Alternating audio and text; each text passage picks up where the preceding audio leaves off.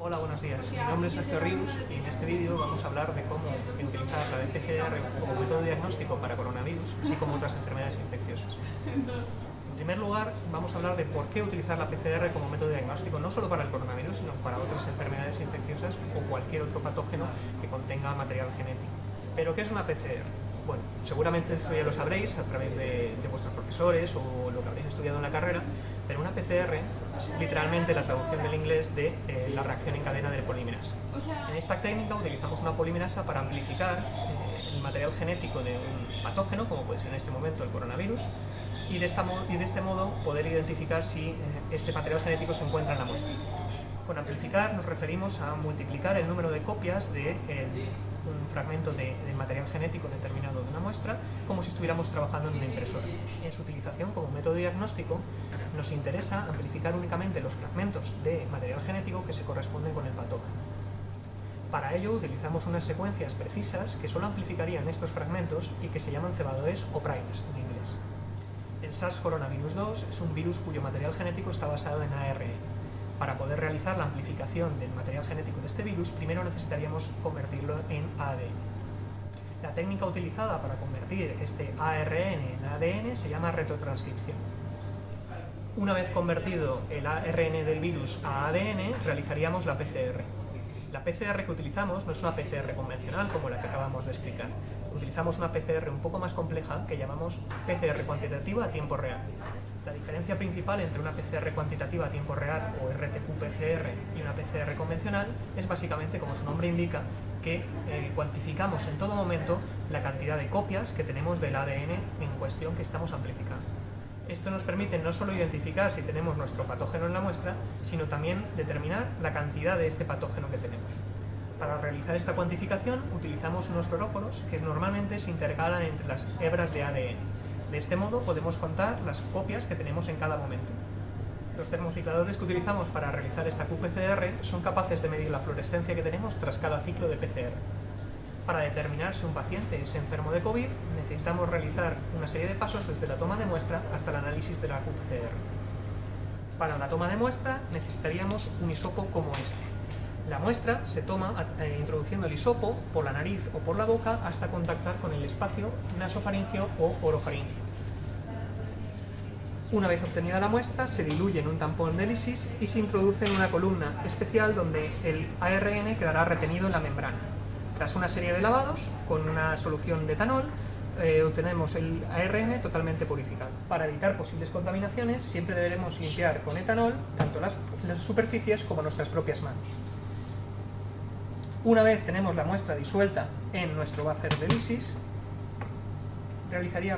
pasaríamos esta muestra a través de la membrana mediante su colocación sobre ella y un centrifugado. Los centrifugados en este protocolo son centrifugados cortos a una velocidad de 4000 Gs.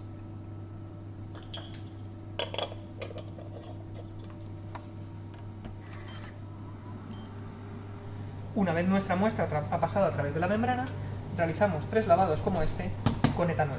Para ello, introducimos etanol absoluto sobre nuestra membrana y realizamos otra centrifugación rápida en el que este etanol pasará a través de la misma, eliminando los posibles contaminantes. Una vez la centrífuga ha finalizado, recogeríamos nuestro tubo y eliminaríamos el líquido que ha pasado a través de la membrana, dejando el ARN adherido a la misma. Una vez realizado el último lavado con etanol, realizamos un nuevo centrifugado de secado a 14000 Gs. De este modo, eliminaremos cualquier resto de etanol que pudiera haber en nuestra muestra. Una vez realizado el secado, realizaríamos la dilución en un tampón en el cual nuestro ARN es soluble. De este modo, conseguiríamos separarlo de la membrana y, por tanto, podríamos obtenerlo en otro tubo. Para ello tenemos que cambiar nuestro tubo de recolección por un tubo en el cual querramos que esté nuestra muestra de ARN y después centrifugar a 14000 Gs. Una vez la centrífuga termine, podremos eliminar la columna y recoger nuestro ARN purificado en el fondo de nuestro tubo.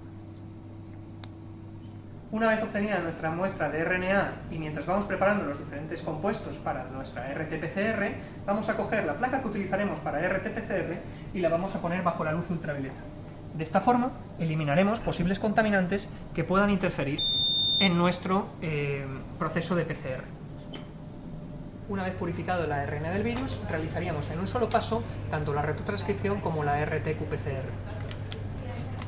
Los kits normalmente utilizados llevan unos primers o cebadores para la proteína N del virus, en este caso serían dos fragmentos de la misma proteína, N1 y N2, así como un gen del huésped, en este caso la RNA-SAP, que será utilizado como control de la cantidad de muestra. Estos reactivos se mezclan siguiendo las recomendaciones del fabricante con la muestra y se introducen en una placa que luego utilizaremos en esta PCR. Es donde se producirá la reacción. A la hora de cargar nuestra placa de PCR, en primer lugar, lo que debemos añadir es la mezcla de los compuestos que venían dentro del kit. Esta mezcla se añade al fondo del pocillo. Siempre debemos hacer la carga por duplicado. Una vez hemos cargado todas las mezclas de nuestros reactivos, sería la hora de cargar nuestra muestra. Esta, en cambio, no se carga en el fondo del pocillo, sino que se carga con mucho cuidado en el borde.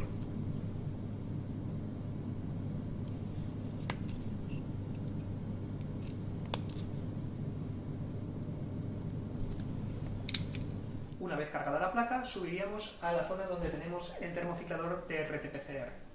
El siguiente paso sería introducir la placa en la máquina e iniciar el proceso de PCR.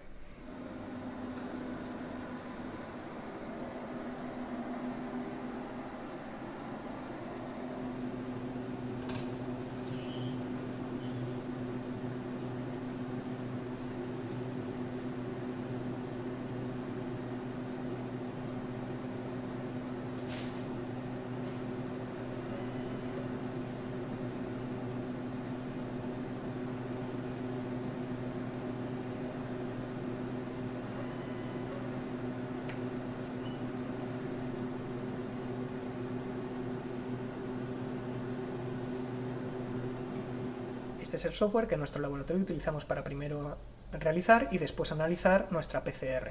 Como podéis ver, podemos seleccionar aquellos pocillos de nuestra placa que contengan muestra y después poder analizarlos todos ellos por separado, identificando por diferentes genes.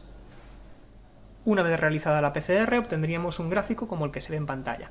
Cada una de estas líneas de colores corresponde a la acumulación de la fluorescencia de cada una de nuestras muestras a lo largo del tiempo que se ha realizado en la PCR. Como podéis ver, hay algunas que amplifican antes y otras que amplifican después en esta PCR. Esto nos hace introducir el concepto de CT.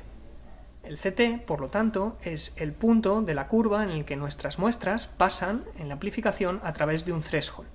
El threshold es una barrera invisible que nosotros introducimos para poder comparar todas las muestras cuando están en crecimiento exponencial, como podéis ver en la gráfica a través de las líneas rectas, que es donde son estas muestras comparables entre ellas. Como hemos comentado antes, este tipo de PCR es una PCR cuantitativa, en tiempo real. ¿Qué significa esto? Significa que lo que podemos ver en la imagen son los diferentes ciclos de PCR que se realizan a lo largo del tiempo. La amplificación de nuestras muestras se ve englobada dentro de estos ciclos o de este tiempo, de modo que aquellas muestras que amplifiquen antes serán aquellas que tengan mayor cantidad inicial del gen que estamos buscando, en este caso la proteína N de coronavirus. Puesto que la PCR se basa en la duplicación ciclo a ciclo del material genético de nuestra muestra, una diferencia de un ciclo en el CT de una muestra con respecto a otra implica el doble de cantidad del material genético del patógeno que estamos buscando, en este caso el coronavirus, con respecto a esa otra muestra. Puesto que la diferencia entre los ciclos de las diferentes muestras podría venir determinada por una diferencia de cantidad de muestra obtenida de cada uno de los pacientes, necesitamos normalizar todos estos datos con un gen, en este caso la RNA-SAP, que se presentaría de forma igual en cada uno de los pacientes. De esta forma, las diferencias que obtengamos en este gen nos implicarán una diferencia en la toma de muestra y podremos normalizar los datos para determinar si estas diferencias son reales o ficticias. En esta imagen podemos observar la amplificación de un gen de nuestro interés, en este caso la proteína N de SARS coronavirus, en comparación con el gen control, aquel que utilizamos para determinar si hemos introducido más muestra de uno de los pacientes con respecto al otro. Como podéis ver, existen diferencias entre ellos, y estas diferencias tendremos que utilizarlas para determinar si la diferencia que observamos en estos genes es significativa o no. Esta técnica anteriormente descrita tiene una serie de ventajas con respecto a otros tipos de test que se pueden utilizar para identificar el coronavirus en pacientes.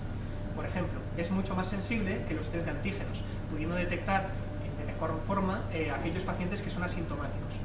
Por otra parte, en comparación, por ejemplo, con el test de serología, permitiría detectar una infección que se produce en el momento en el que se toma la muestra, mientras que el test de serología sería necesario para identificar a una persona si ha pasado o no ha pasado la enfermedad.